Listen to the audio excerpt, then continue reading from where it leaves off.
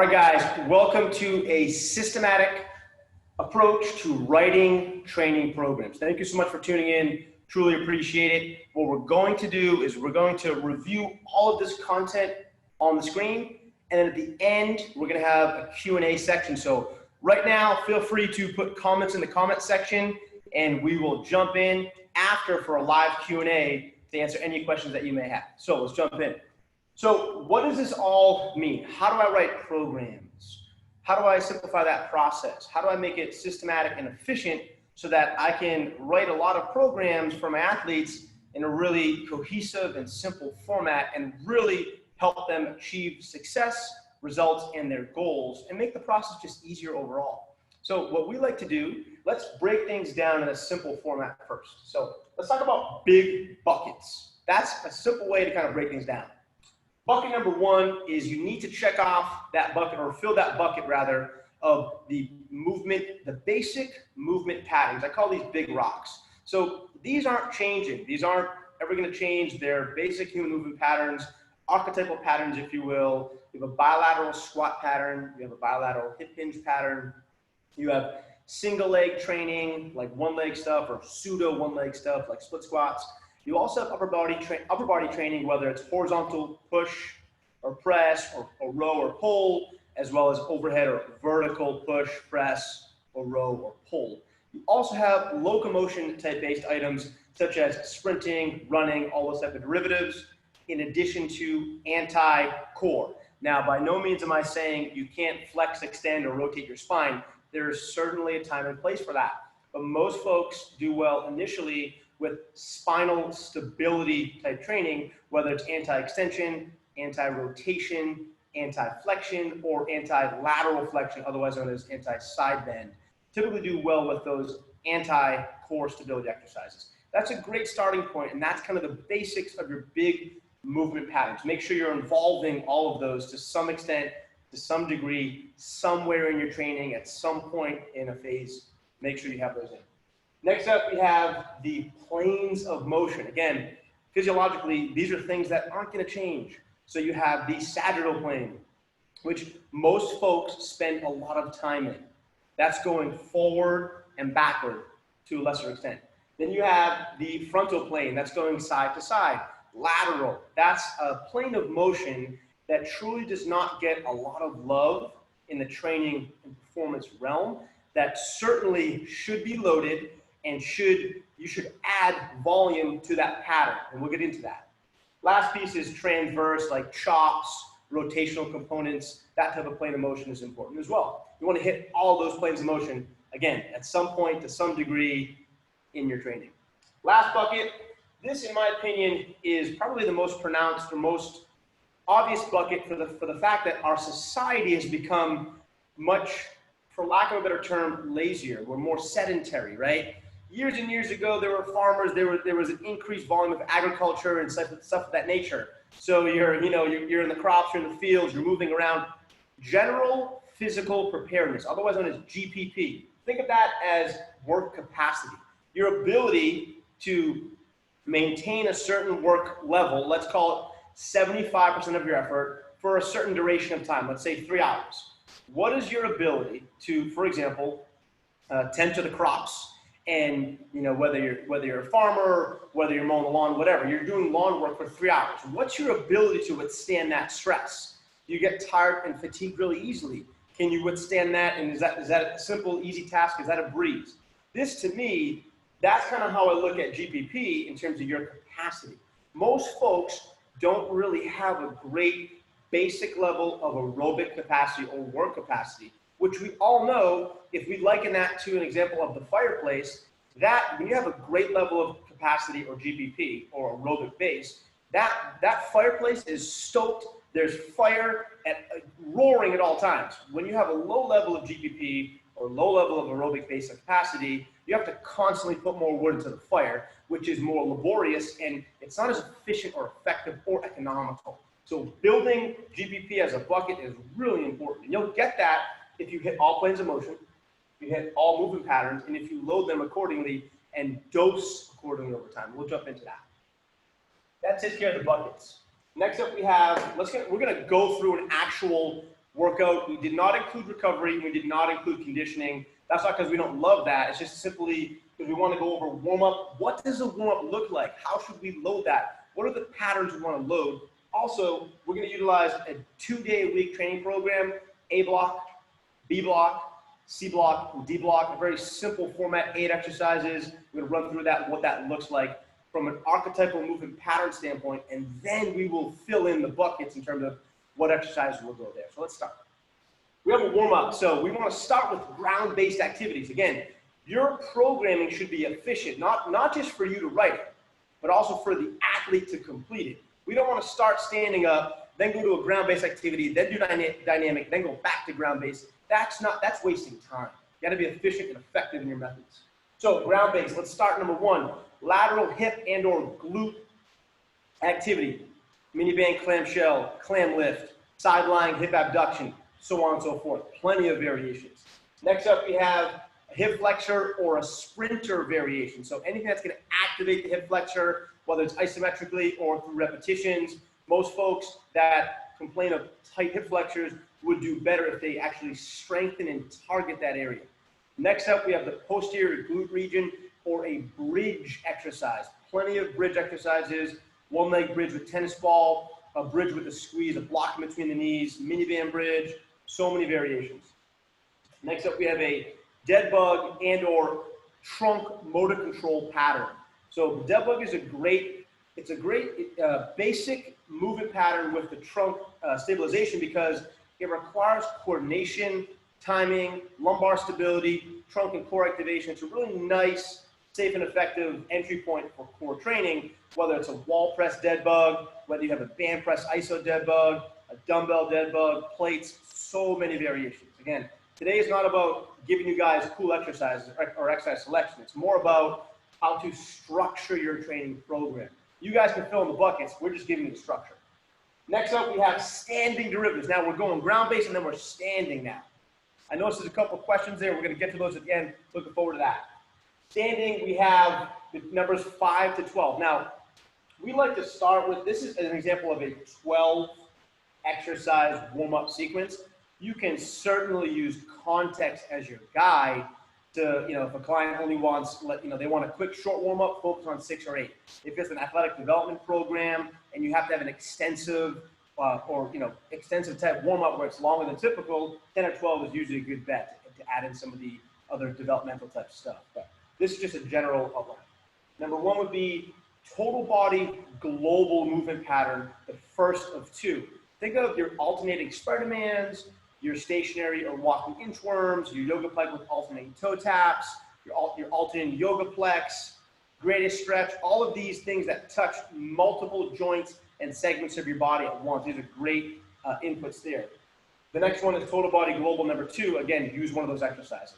Great way to target many things at once. Kind of one of your bang for buck global warm-up or global mobility exercises. Really fills a good bucket there. Then we have the wall sprinter series / ankle and calf. So most folks, again, don't really load the calf region. Think of the gastroc, the soleus, the Achilles tendon, all those little intrinsic foot muscles, the tibialis anterior, all of these wonderful lower compartment and lower leg items that don't get loaded.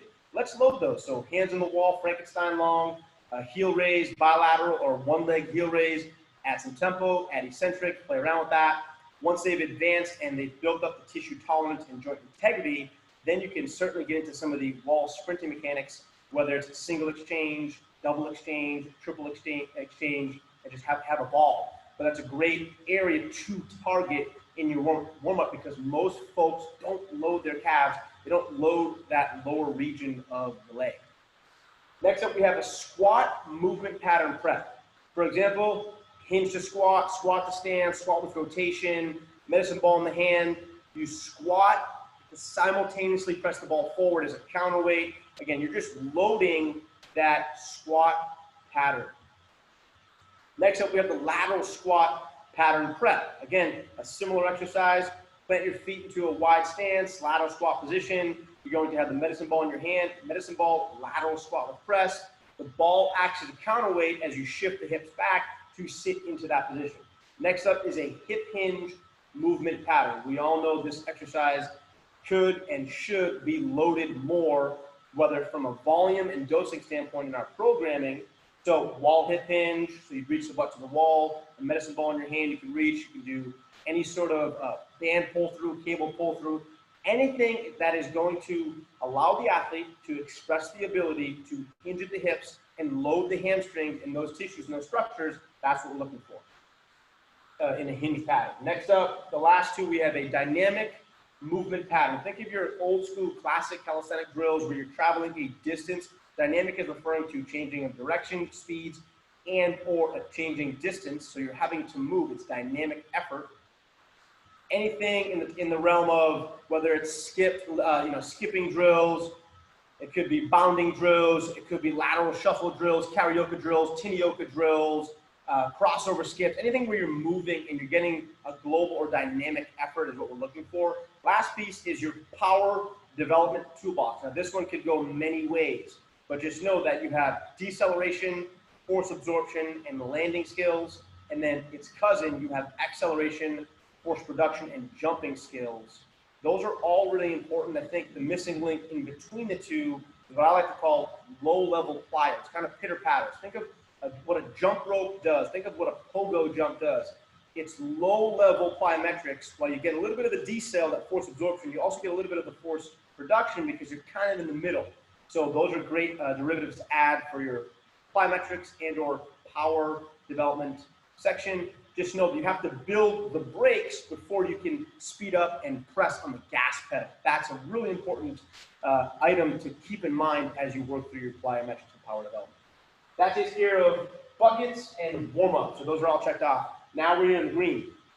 Day one, we're going to break it down. There are 4 blocks. So A block has 2 exercises. So does B block. So does C block. And so does D block for both days. They're a little bit different though. So this is a typical 2-time-a-week format that we use here at our facility. You could certainly fill in the blank with whichever exercises you want to. That check off the box for each specific movement archetype. Number 1, we have a bilateral hip hinge. Any sort of cable pull through, band pull through, kettlebell elevated deadlift, trap bar deadlift. You can put them on trap bar from the floor, kettlebell from the floor. Anything that's going to check off the box from a bilateral hip hinge standpoint. Next up, we have anti-rotation core. Your typical pallet press derivative cable. You can do chops. You can do band. There are so many ways that you can check off the anti-rotation core box. Next up, we have B block. It's got to be hip and knee dominant for B1. A split squat, a reverse lunge, a walking lunge, a forward lunge, front foot elevated, rear foot elevated, both feet elevated. Anything that's going to check off the box to get hip and knee joint to have both of them working at the same time. Next up, upper body horizontal press or push, push up, eccentric only push ups, bench press, dumbbell floor press, etc., etc. Something we like a lot that checks off the box for a lot of people is a cable split stance, one arm press.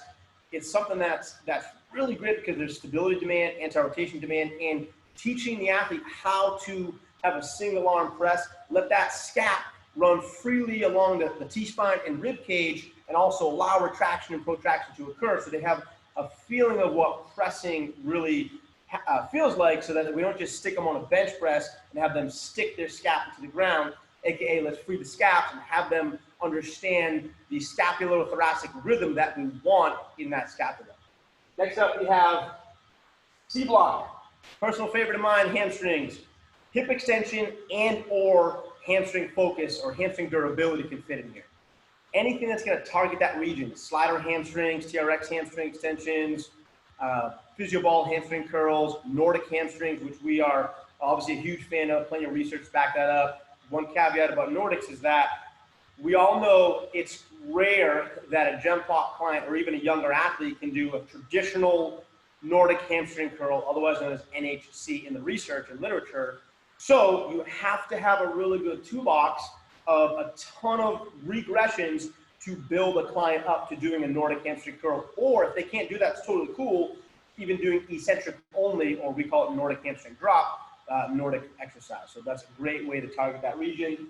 Next up, we have upper body horizontal row. Pull, dumbbell, one arm row, one arm transverse row, chest supported row. We're big fans of the dumbbell seal row. came from Russian Olympic weightlifting years and years ago. Some smart folks and physical preparation coaches and athletes over there. You can't really cheat with a seal row, whether it's dumbbell, kettlebell, or barbell. It's hard to cheat because you strictly have to use your upper back and mid back muscle. So great way to target that horizontal rowing or pulling pattern. The last two, so D block, we have either, this is where we can have some fun and play around a little bit. One leg hip dominant, so one leg RDL derivative, or if the client needs it, work capacity, aerobic type stuff, farmer carry, sled pushes, stuff like that. Lastly, D2, again, we can play around a little bit. Anti-extension core, so as simple as a plank with forward reach, alternating forward reach, plank with alternating leg lift-offs, slider body saw, I mean, play around here. Or you can also put in D2 some sort of shoulder health. If it's a client who's dealing with some, shoulder pathologies or items that have really ticked off the shoulder over the years, rotator cuff stuff, often overlooked, highly effective band pull aparts. You could do some mini band ER pull apart type stuff. Really targeting some of the rotator cuff items is really helpful. So D1 and D2, D block, you can kind of play around a little bit. We're on a day 2 now. So this should complement day 1. Similar, but different. Now we have A block, so bilateral squat, goblet squat, landmine squat, barbell front squat, etc., etc. Load it into a bilateral squat pattern. Then we have A2, anti-lateral flexion, or otherwise known as anti-side bend core.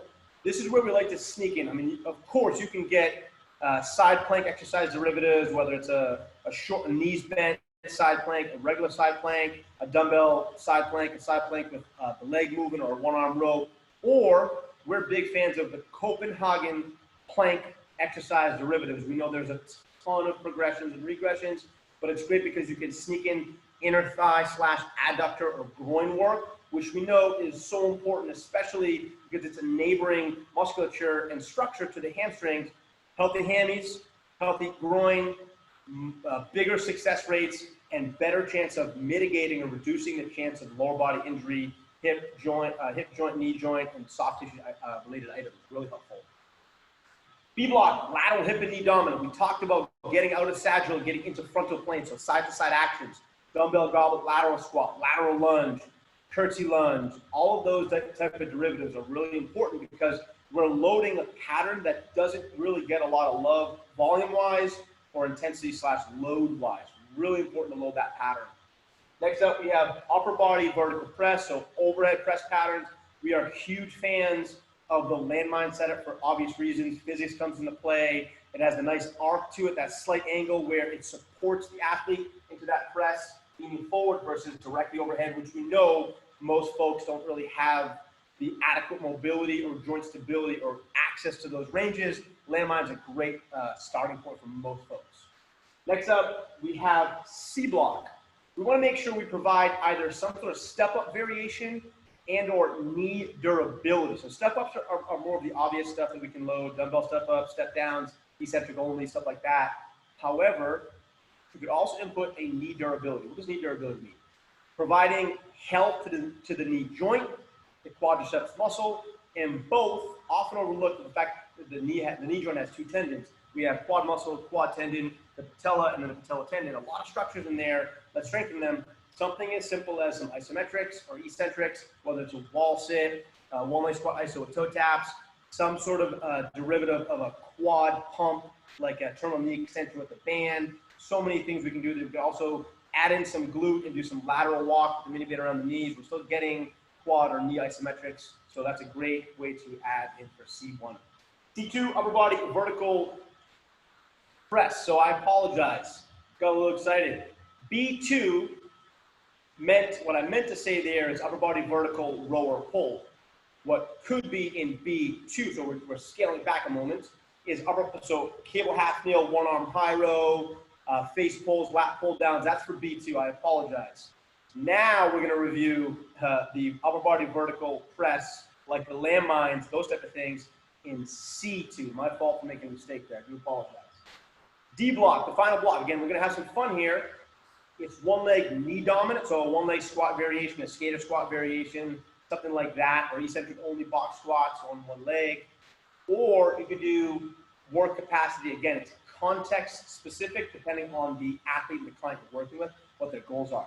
Lastly, D2 is either anti-flexion core, like a dumbbell pharma carry, or you can do, again, shoulder health to provide some rotator cuff health and shoulder health for that athlete or client that needs that. Again, D block for D1, D2 on day 1 and day 2 are really context specific for the athlete to play around a little bit. 8 exercises seem to work really well for us from an efficiency standpoint. Of course, you can play around and maybe do an E block or maybe add one other exercise in any of the blocks we talked about. But this is a general layout. So I'd like to answer any questions that we have now. I notice we have one in here right now. So question is, all right, so let's see.